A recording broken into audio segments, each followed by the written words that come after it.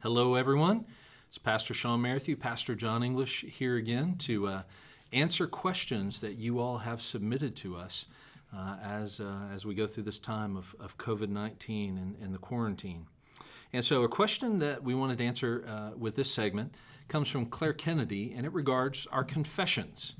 Why do we have the 1689, the Second London Confession, as our primary confession versus other good confessions historically, like the Heidelberg or the Westminster or any others that are out there? So tell us why, Jon English. Well, let me place it historically, and that'll help fill in some of the theological details. So one question that I often get is Second London. I don't know what that means, but what was wrong with I assume there was a first one? What's the first London? And so the answer to that is yes. The first London Baptist Confession was actually released prior to the Westminster Confession. And the Westminster was the fruit of a many years long assembly of the best scholars and theologians and pastors that were in England at the time.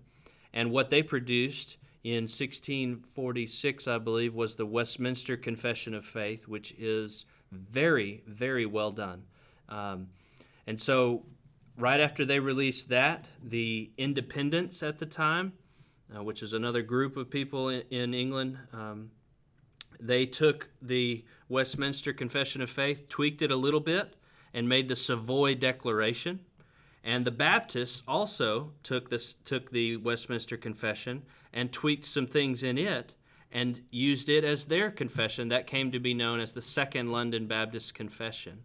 That was intentional. The reason they didn't just keep the first London, although it's a very good document, they wanted to show their solidarity with the other Reformed denominations at the time, and so they tweaked the Westminster and used it as their own, and that's where we get our Second London Baptist Confession of Faith of 1689.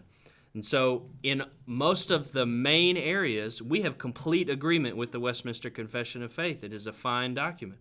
We have the standard understanding of Scripture. We have the Orthodox understanding, classical understanding of the doctrine of God, the doctrine of salvation. Most of these major high points are very minimally changed, if at all.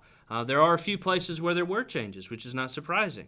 The article on the covenants, for example, Baptists have a different view of the covenants than Presbyterians do.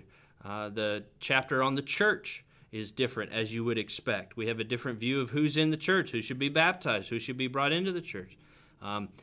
Baptists are Congregationalist as opposed to Presbyterian in their polity. We don't have a structure, a presbytery that has authority over us. Each congregation is independent. And so that is different as well. So this document is very helpful because it has strong views of God, strong view of salvation, strong view of the moral law of God. I've actually written an article about the Second London. It's kind of the pinnacle of the doctrine of the moral law of God. It kind of wanes after that. And so it's very helpful, and it shows us solidarity with the other Reformed denominations that are out there. But we are also seeing today at Morning View, why do we have this confession and another confession, the Baptist Faith and Message 2000? Well, there are some things that weren't addressed in this original confession that have arisen since then that need to be addressed, and that's what Shawn's going to mention for us now. That's right. You know, when the writers of the Westminster and those Baptists who then created the variation that is the Second London Confession, at the time that they wrote, heresies like open theism were not even thought of. Why would anyone doubt that God has perfect knowledge of all things past, present, and future? Also, during that time period, who would have ever thought that you needed to define what marriage should be as being between one man and one woman for a lifetime? And so that's why it's also good for us, because we are a Southern Baptist church. We do espouse the Baptist Faith and Message as our second confession of faith. The Second London is our primary confession. But we also espouse the Baptist Faith and Message 2000 because it does deal with many of those contemporary issues. It states very clearly that we believe in the inerrancy of Scripture, that Scripture is without error in the original autographs.